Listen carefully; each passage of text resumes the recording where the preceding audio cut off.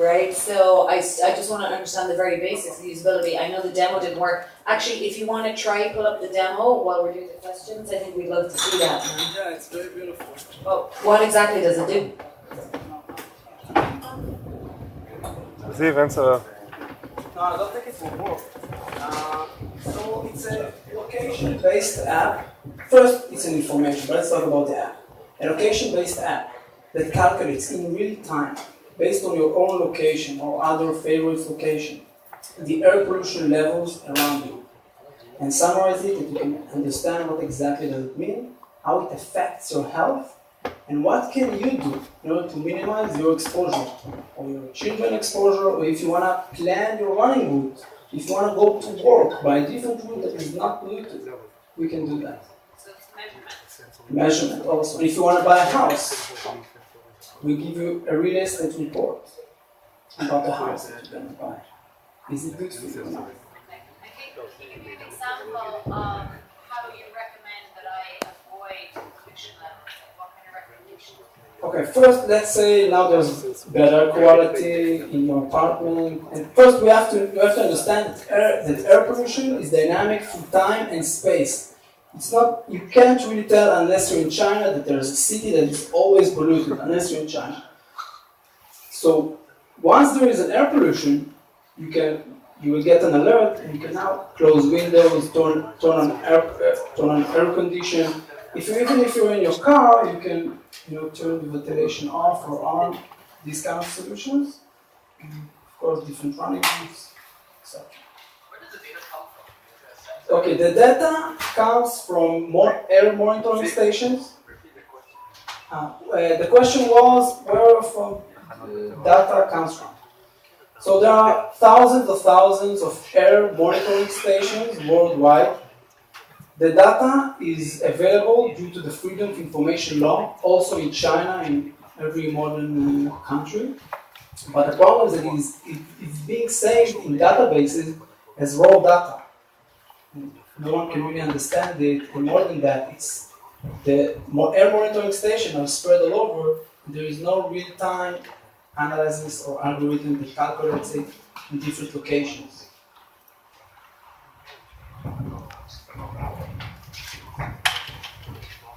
I have a couple of questions. First of all, great presentation, both graphically and it seems like you're very comfortable on stage, which is great. So I do have 2 or 3 questions. The first and I think most important question is, what's an elephant got to do with all this? Okay, that's my first question. Remember that. You're presenting both a consumer and a B2B play. I'm usually all for having more than one business model, but I think that in your case, having these 2 business models is going to be a huge challenge because it's a totally different DNA for a company. My tendency is more towards B2B in your case, but it's because it seems like distribution for this sort of app would be challenging, to say the least. So that's more of a remark than a question, but my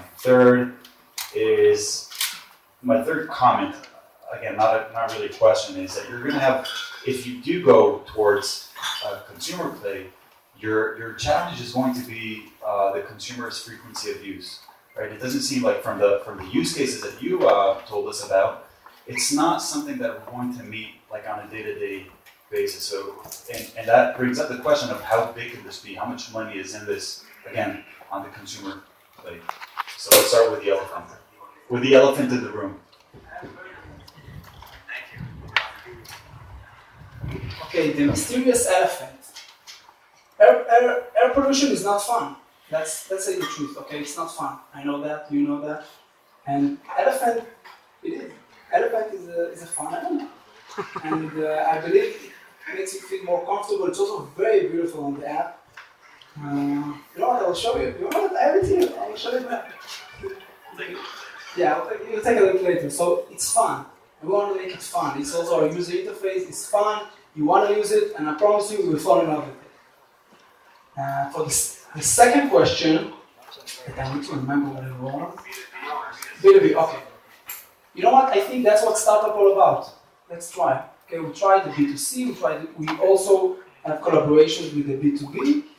I'm not sure it's trouble to go to both directions.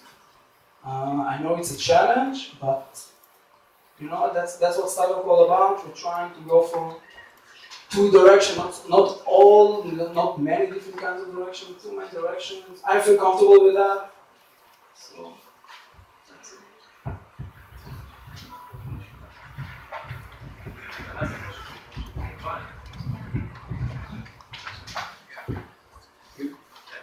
They're protecting us both in terms of environment and actively for food, so that's great.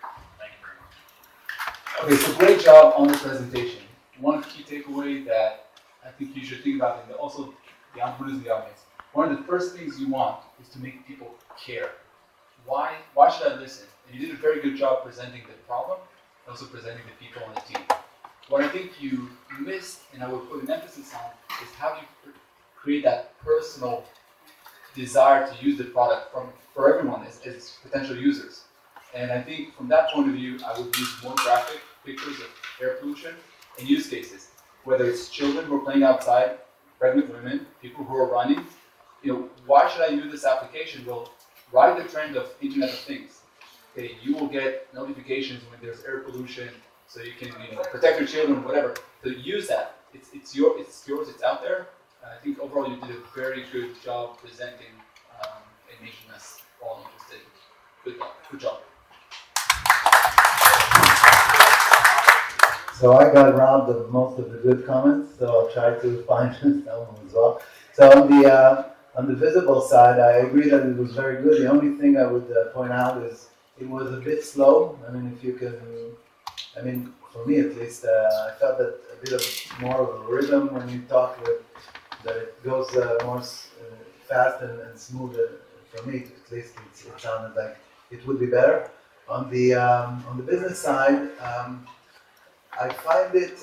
I agree with my colleagues that on the B2C side, it's going to be very difficult. Also, I can't imagine a lot of people using it on a daily basis unless they are hypochondriacs or people that need to constantly know what's the air like in every place they are.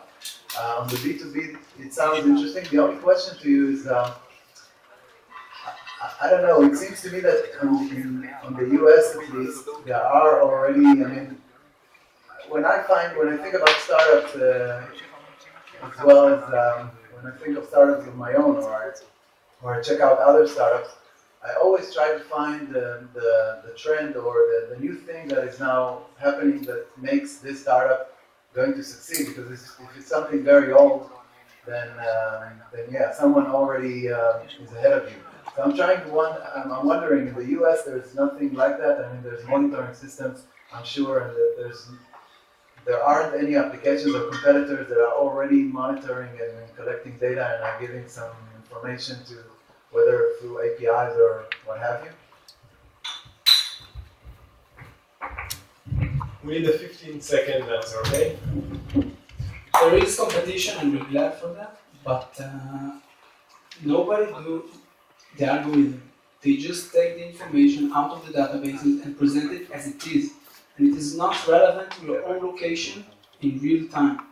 And they don't give you any advices about your health. Think about e-health and mobile health. And they also don't really say anything about what the data means. They just give numbers. CO2, carbon dioxide, 500. Doesn't say anything to them. Also in China, there are some. Thank you. Thank you,